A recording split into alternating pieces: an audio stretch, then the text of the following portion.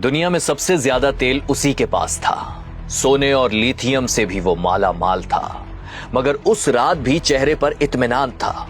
भला का इंसान था, जरा भी ना परेशान था। हालांकि दुनिया के सबसे बड़े बदमाश से वो पंगा ले चुका था, मगर फिर भी हर रात की तरह उस रात भी वो बेखबर सो चुका था।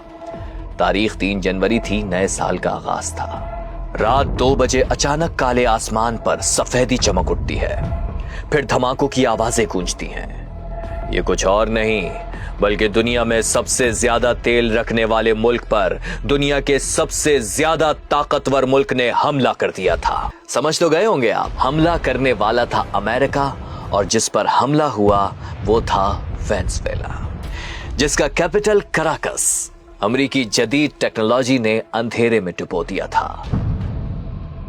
अब यहां आसमान से अचानक ड्रोन गिरने लगते हैं। 150 जदीद तरीन अमरीकी तैयारे वेनेजुएला की फजा में शोर मचा रहे थे। अमरीकी फौज हर तरह के असलहे से लैस थी। स्पेशल फोर्सेस की मदद के लिए इलेक्ट्रॉनिक वॉरफेयर भी मौजूद थे। Airborne command and control, long range strike platforms, Venezuela का वजारत दिफा, फौजी हेडक्वार्टर्स और पोर्ट अमरीकी फौज ने कैप्चर कर लिए थे। आप सोच रहे होंगे ये सब इतनी आसानी से कैसे हो रहा है।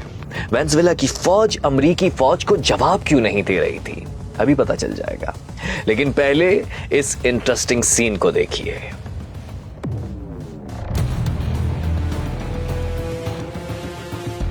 ये सारा मंजर व्हाइट हाउस में कैमरों की मदद से मॉनिटर किया जा रहा था।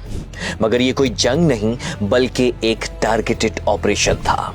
इस मिशन में एक मुल्क की फौज दूसरे मुल्क में घुसकर उसके सदर को ही उठाने वाली थी। जी हां, हुआ यूं कि कराकस के सदारती महल पर एक बड़ा सा हेलीकॉप्टर हवा में मौल्लक नजर आता है। यह है MH-47G चिनोक, यानी वो हेलीकॉप्टर जो अमेरिकी डेल्टा फोर्स को रात की तारीकी में डायरेक्ट ऑपरेशन के मकाम पर उतारता है। मिशन स्टार्ट हो चुका था। अमेरिकी कमांडोज रस्सों पर झूलते हुए सदारती महल पर लैंड करते हैं। राह में कोई रुकावट नहीं। सदारती महल पर धावा बोलने वाले अमेरिकी कमांडोज को महल के कोने कोने का पता था। दाएं हाथ पर मौजूद कमरे के बाद अगली मंजिल पर जाने वाली सीढ़ी कितनी दूर है ये भी मालूम था।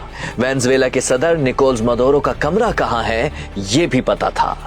बताया जाता है कि शाही महल में ड्यूटी देने वाले पूरे 8 लोग गद्दार थे।